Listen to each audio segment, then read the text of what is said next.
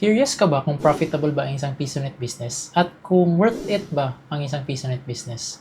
Well, in this video, i-share ko po sa inyo kung ano yung naging performance ng PisoNet business namin sa year 2025. Nag-prepare po ako ng isang Excel file kung saan nandun po yung monthly income and expenses ng PisoNet business po namin. And this Excel is available for download for free.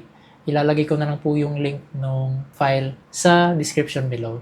In this Excel file, nandito na po yung number of units ng PisoNet business namin. Tapos, kung ano po yung mga general specs ng each unit. Meron po kaming 7 naka RX 550 GPU plus Ryzen 3 3200G na CPU. Tapos, 5 units ng RX 580 GPU. Tapos, Ryzen 5 4500 na CPU. Tapos, lahat po ng units is naka 16 gig na po yan na RAM.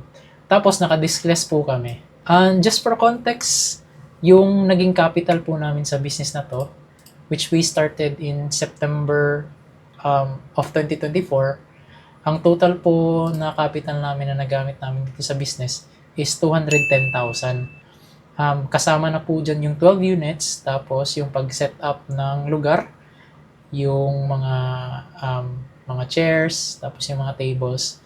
So, pag-renovate ng lugar, tapos pag-set up ng diskless, at pag-set up ng Microtech para sa internet. So, i-pause nyo na lang po para makita nyo po yung monthly income and expenses.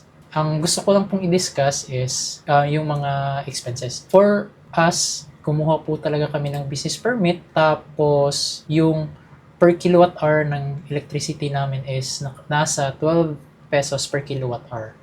Tapos yung maintenance, ang main amount na to is yun lang po yung mga nasirang mouse, keyboard, and headset. And for the internet, yung subscription, monthly subscription namin is 1,999 na nasa 200 Mbps na po yan. So, yung net profit for the year 2025 is 53,527.68 centavos. And for us, if we want to answer the question of worth it pa ang investment namin dito, kinuha po namin yung rate of return, which is yung net profit divided by yung total capital of 210,000. So, yung rate of return for the year 2025 is 25%. Now, masasabi namin worth it po yung 25% na rate of return kasi for the PisoNet business naman, medyo semi-passive na yung income dito. Kasi hindi mo kasi kailangan siyang bantayan for the whole day. So basically, naglalaro lang yung mga bata dyan. Kailangan mo lang ng CCTV. So, nasabi namin worth it siya kasi kung nag-decide kami na ilagay na lang sa ibang investment yung 210,000 namin. So, for example, nilagay namin siya sa MP2. Yung rate ng MP2 for the past years, in average, nasa 6 to 7% lang po yan. So, kung for the year 2025, nilagay lang po namin yung investment capital namin sa MP2, ang makukuha naming return is around 12,600 lang po.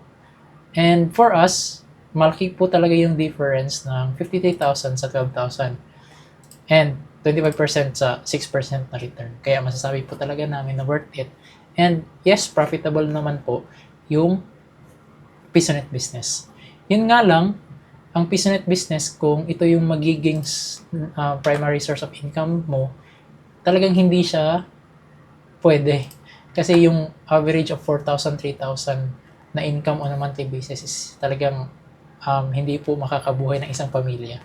But for us, yung PisoNet business naman po is only our side hustle or additional income lang po namin. Kaya masasabi namin profitable and also worth it po para sa amin ang isang PisoNet business. So guys, I want to know if for you, worth it ba para sa iyo yung numbers na yon, yung monthly income?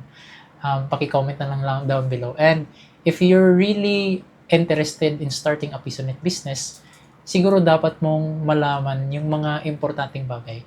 And meron po akong video sa description below at ilalagay ko na lang po sa screen ang mga bagay na dapat mong malaman before ka mag-start talaga ng isang PisoNet business. And thank you so much for watching this video, and I hope I was able to give you an insight kung ano ba yung income dito sa isang PisoNet business. So, see you guys in the next video. Bye-bye!